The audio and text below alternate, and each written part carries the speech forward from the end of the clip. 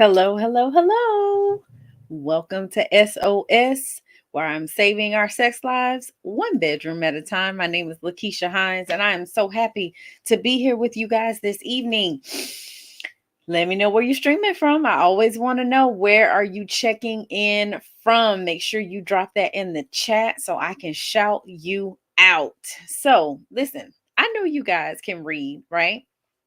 And you can look and see what tonight's topic is about. It's secure attachment in the bedroom, right? And how it affects your bedroom activity, how it affects your relationship, how it affects your sexual energy and that whole vibe with you and your spouse or your partner.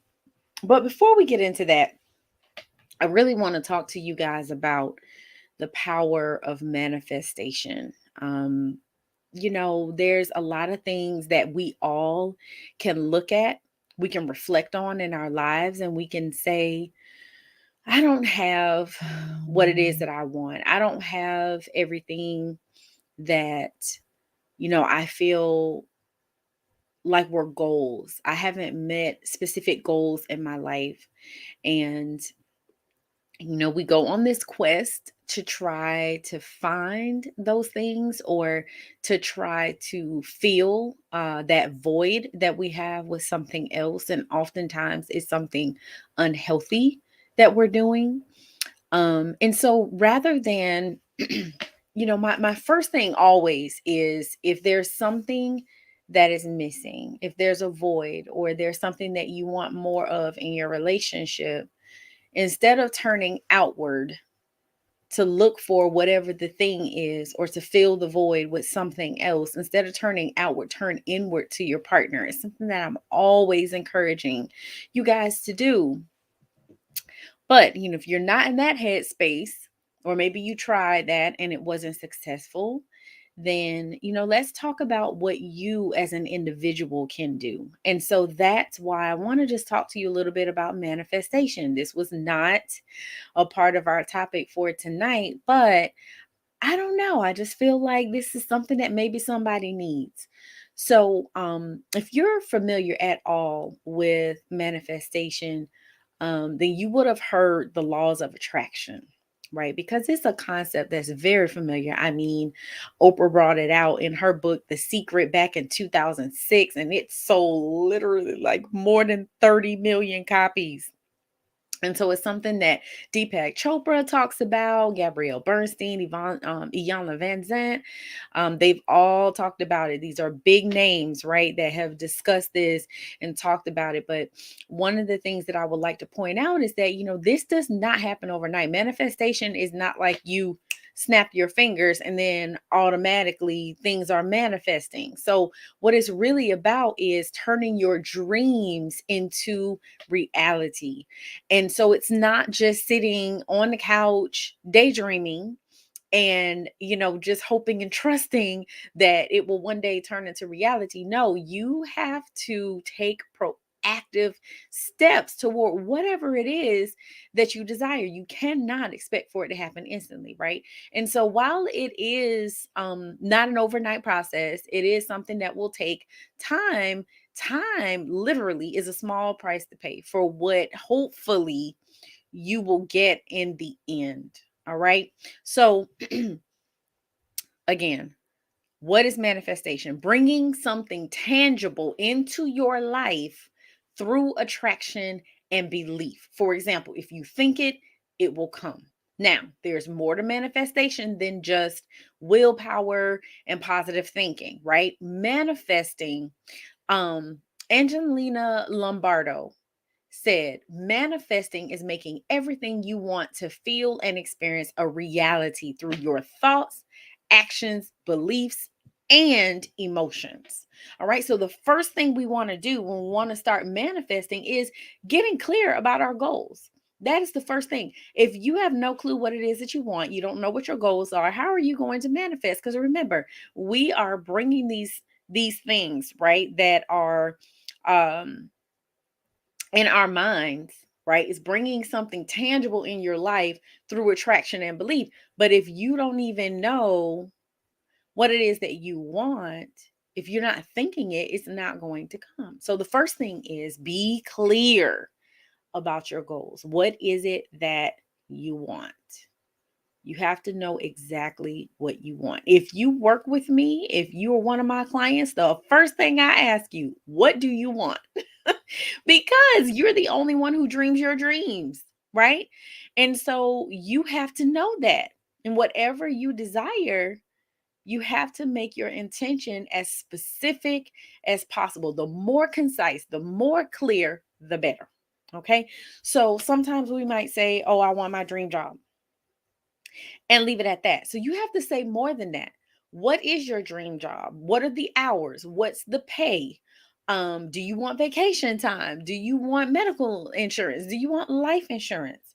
Right? What qualities, what characteristics, what values need to be attached to this job? So the more specific, the better. All right. So once your goals are in clear and you set your intention, then ask for what you want and write it down. Habakkuk 2 and 3 in the Bible says, write the vision, make it plain. All right. So write it down. Oprah talked a lot about vision boards, right? So a lot of people do vision boards. I love a good vision board, right? You could do that. And it doesn't have to be a paper thing that you create with a collage of magazine tear outs. I mean, that's cool. That's old school, but you can do a digital vision board. People do that all the time. Some people even have future boxes, right? Which is just a container full of pictures or items that you want to manifest. But whatever it is, you need to be exact. So you can pinpoint exactly what your hopes, dreams, and goals are, so that you can ask for what it is that you want. And you can do it through prayer, meditation, visualization, speaking your intentions out loud, or like I said, a vision board. But whatever it is, be clear, be clear, be clear. Write it down on paper. Okay. Um, there is something that has become pretty popular on TikTok. It's called the 369 method.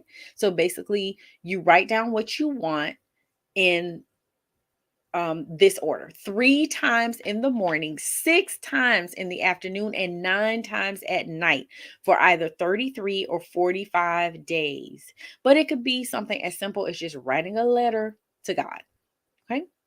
All right. So after you have set your goals, set your intentions, and ask for what you want, you wrote it down, then you're going to start working towards your goals. So manifesting is also known as co-creating, because it's a collaboration between you and the universe. That's what Gabrielle Bernstein said. It is a collaboration between you and the universe.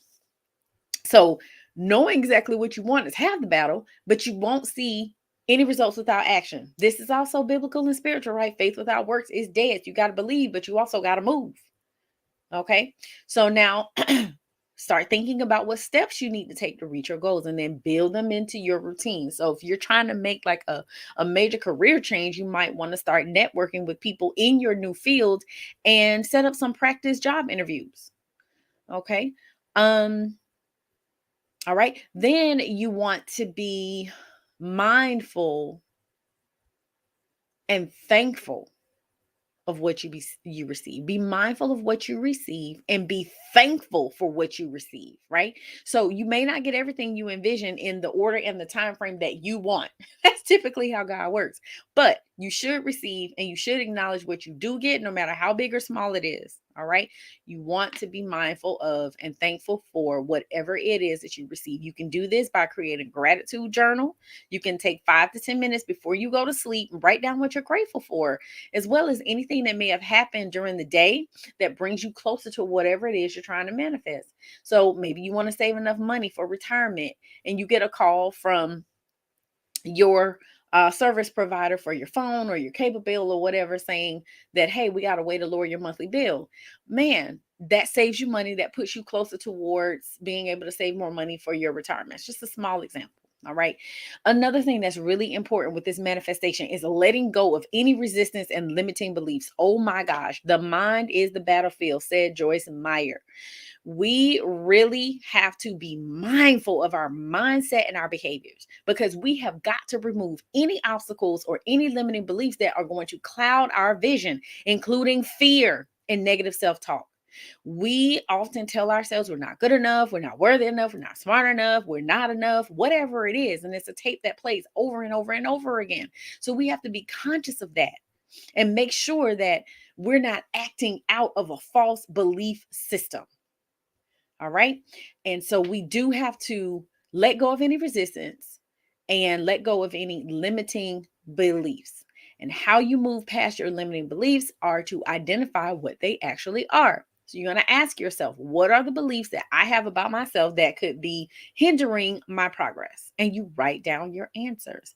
Then you want to cross out the limiting beliefs and write your new affirmations in their place. So one of the things that I said, as an example, is I'm not worthy enough, right?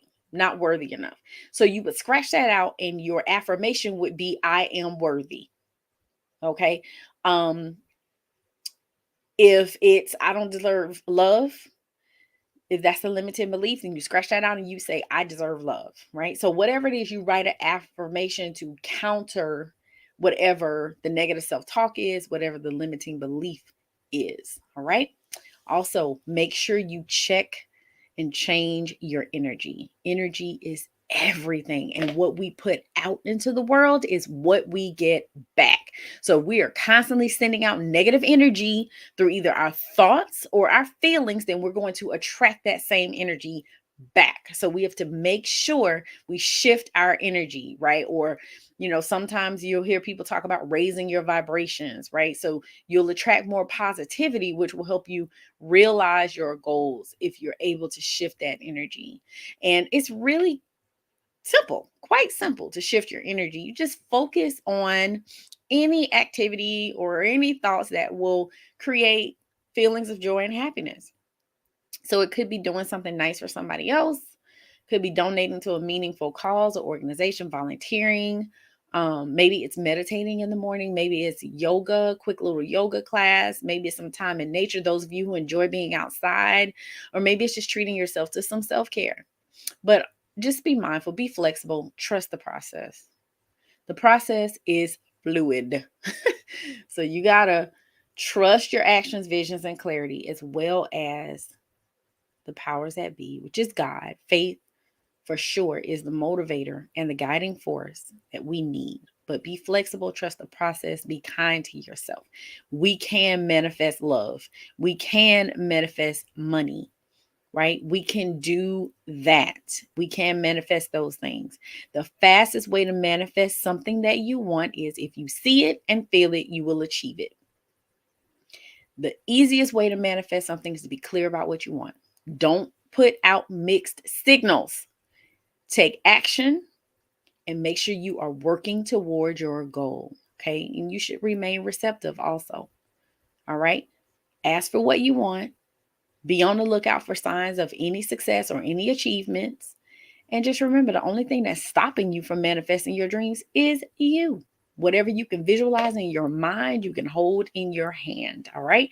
So hopefully that helps you. Like I said, this is not even like what I intended, like set out to talk to you guys about, but I really just, again, like it's just something that I felt that I wanted to share with you guys tonight, because one of the things that we're talking about is secure attachment, right? And some of you may not have that secure attachment yet. So I want you to know you can manifest that. We can manifest anything. All right. So we're going to take a quick break and then I will get into the actual topic that I had for you tonight. I will get into that. All right. So quick break. Do not go anywhere. I promise you will appreciate that. You will love this. All right. So don't go anywhere. Be right back.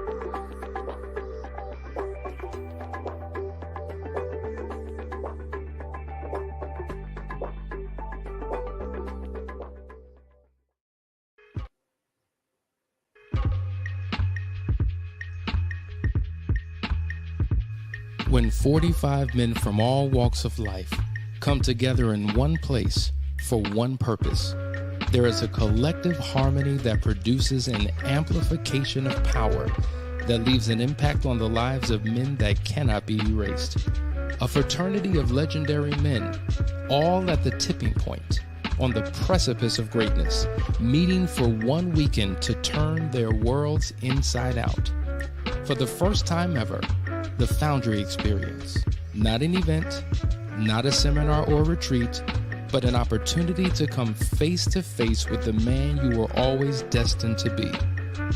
If you want a life that's better than the one that you are living, meet us January 2023 for the Foundry Experience.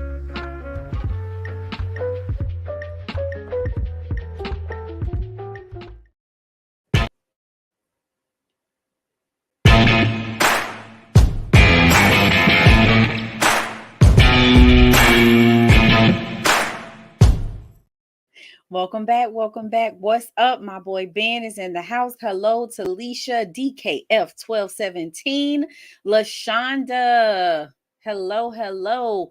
I think it's Juanita and JD Pruitt. Oh man, we got Louisiana in the house. That's what I'm talking about. Sis, did you have gumbo? I just want to know. Did you have gumbo for Thanksgiving? I need to know. Let me know. Drop it in the chat. That's important. That is essential information. What's up, Cali Power Couple? All right, you guys. So I just finished like giving you like a mini like a mini masterclass on manifestation. And I hope that that was beneficial to you all. I did see some of the comments and I appreciate that. Eats Alicia said, facts, learning to dream with my eyes wide open. That's right, sis.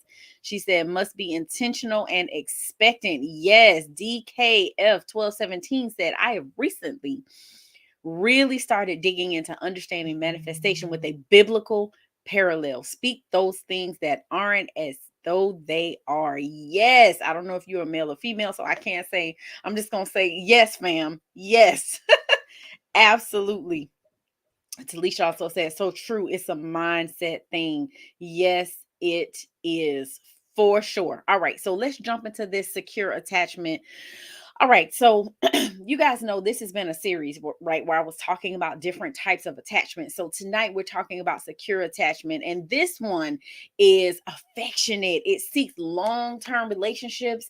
And those folks who have secure attachments are less likely to engage in casual sex and attachment styles than any of the other attachment styles. And so those folks who have a secure attachment, they generally have low levels of both anxiety and avoidance. So I don't know if you guys remember, anxiety was one of the attachments, avoidance was one of them. And so securely attached individuals, they are less likely to worry about their self-worth or about their role in a relationship because they're secure. They are secure. Instead, they tend to feel good about themselves and their love lives. These are the folks that are usually looking for a long-term and a committed relationship that is based on trust, mutual understanding, and emotional closeness. All right. And once they find that, they feel satisfied. They feel very positive about their sex lives and they're comfortable with experimenting and trying new things in the bedroom. You know, often I have clients, they're talking to me about their significant other or their partner, whatever. They're talking about how their partner may not want to try new things in the bedroom. Well, if they don't feel secure in a relationship, they don't feel secure within themselves, it's going to be tough for them to open themselves up in that way. Remember, I told you guys, when you are having sex with someone, you're being intimate with someone, like this is the most vulnerable you can possibly be. So what does that say? I need to be able to trust you. I need to know that I am safe with you. I need to know who you are.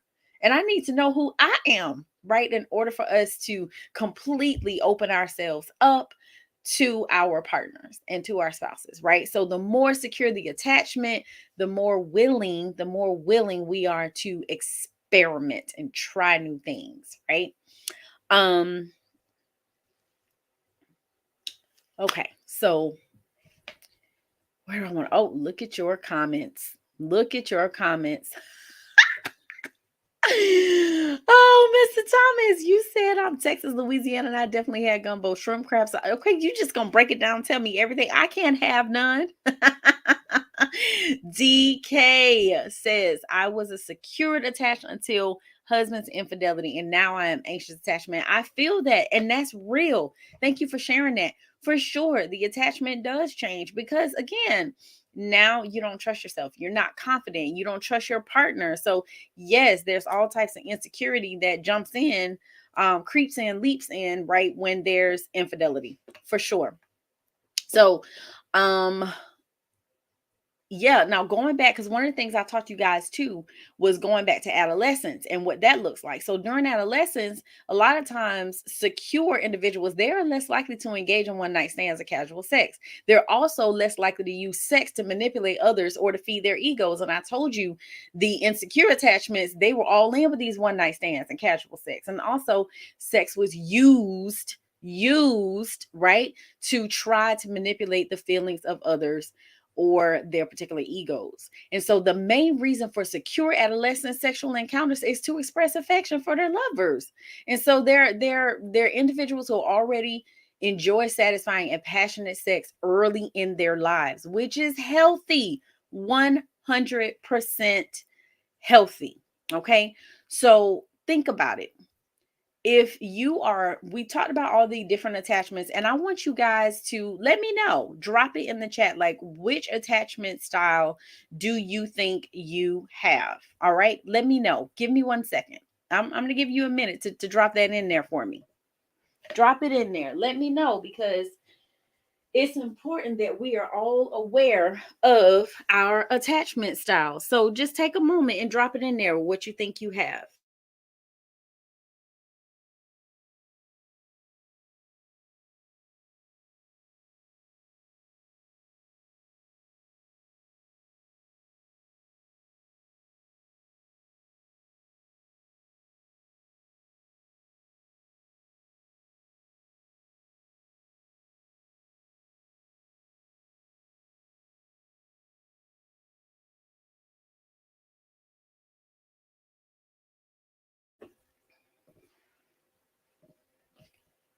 All right, JD, you said secure. And I know DK, you said once there was secure attachment, but now there's anxious. Um, Ben says, good morning from Nashville. I miss when I was secure attachment, dismissing, avoided, now probably permanent. Okay, so listen, what did I say about manifestation, sir? We're going to speak those things as if they are. We're going to speak positivity, not negativity. Okay, so now let's dive in. Let's dive in. All right, you guys. So now we are looking at the 10 signs of secure attachment in bed. First one, preferring sexual activity in committed romantic relationships. The other attachments that we talked about, remember, they didn't really want the committed relationship, didn't really want the romanticism, right? Because they were disconnected, detached, they were insecure attachments. Second sign, seeking long term relationships based on trust, mutual understanding, and warmth. Yes. So definitely they want to make sure that both parties are heard and understood. They want the warm and cozy and fuzzy. They want all of that affection, which a lot of the other attachments did not want that warm and fuzzy, right? Third thing, more positive sexual self schemas. And so this is a really, really good one because really what it's talking about is mindset. It's talking about mentality, right? What is your mentality as it pertains to sex? Do you have a positive mindset? Do you have a negative mindset? And so, really, if you're not familiar with the term self schema, it's really the beliefs and thoughts people have about themselves. And they do that in order to organize information about themselves. They're literally just generalizations about the self. All right. And where do we get these generalizations from? Past experiences and how we're actually acting in the present. All right. So do we have positive Beliefs and thoughts about ourselves. Do we? Most people who have a secure attachment, they do. They have a more positive sexual self schema, more positive beliefs and thoughts about sex. All right. Number four, enjoying expressions of love and passion through touching. Some of the insecure attachments, they do not want to be touched. They do not want to be touched. And so with our secure attachment, it actually makes them feel good. It actually makes them feel love. It increases the passion when they touch. Number five, comfortable with experimenting in the bedroom with long term partners. And I shared that with you guys already. I told you the more secure you feel, the more safe you feel, the more willing you are to open up and try new things, be vulnerable, explore, right? And like I said, an experiment, try new things. And so it's important that both parties, now I can't talk, both parties feel safe and secure, and then they often will be satisfied when they feel safe and they feel secure. Number six, enjoying sex and being comfortable with intimacy. And so, again, if you watched any of the other shows, the insecure attachments often were extremely uncomfortable with intimacy. They may have enjoyed sex, right? But they weren't comfortable with the intimacy piece. So it was like, okay, well, give me the sex and then leave me alone. A lot of them prefer one night stands. They didn't want the emotional attachment or the connection. But with secure attachment, not only are they enjoying sex, but they're also enjoying the intimacy. So they're getting the fullness, right, of what a relationship has to offer, which I think is beautiful.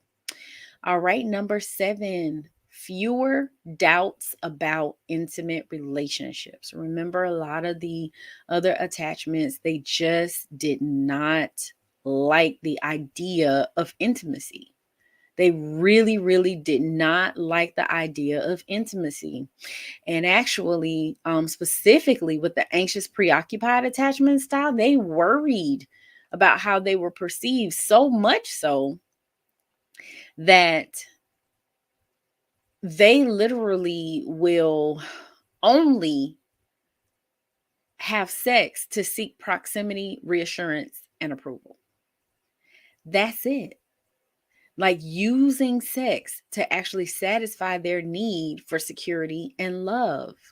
But it's like it's unhealthy in the sense that we should not be using sex for that, right? Sex should be used to enjoy one another, to connect on a deeper level, and it should not be used to actually manipulate in any way, shape, or form, or to make you feel like, oh, this is the only way that I'm going to get love is by having sex. Like, that's unhealthy. This secure attachment is like, no, I'm enjoying sex and I want the intimacy. I want to enjoy you, right? And I want to enjoy this experience with you. Okay. Where are we? Number eight, being more sexually restrictive. They're lower likelihood of sexual addiction. And so again, with the insecure attachments we talked about, sexual addiction was very common. Very common because a lot of times there were no restrictions, there were no boundaries, right? Because a lot of it is really self-serving, and so they're not even thinking about the other person or how their actions affect the other person. It's all about filling their needs, filling voids that they have, trying to create more security within themselves, but not, just not even being mindful of how their actions actually affect the other person or themselves, right?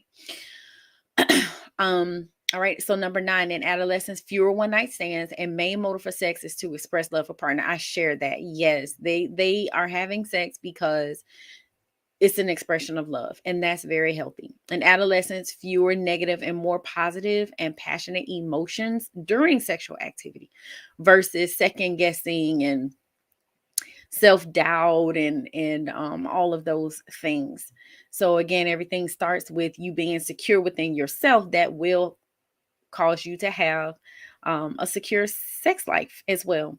Rick, I love that you said sex with intimacy makes orgasms more powerful. Absolutely. I have said this multiple times. When you connect mentally, emotionally, and spiritually with your partner, the sex is like, right, mind blowing. It is the best. It is the absolute best when you are connected in all of those areas and all of those realms. So, you guys, hopefully you got something out of this. I hope that you all have secure attachment. If you don't, you can. There's hope. You definitely can develop a secure attachment, but it takes work, right? Myth the legend, reach out. This is what we are here for, right? Make the call, reach out, and get the support that you need, because that is why we are here. We are here to help each and every one of you. And so we know that there are times where literally you've tried and you're not getting anywhere, like you're not making the progress that you want to make. It's not being successful. You guys are just feeling like you're stagnant, and sometimes you get to a point where you just feel hopeless and helpless, right?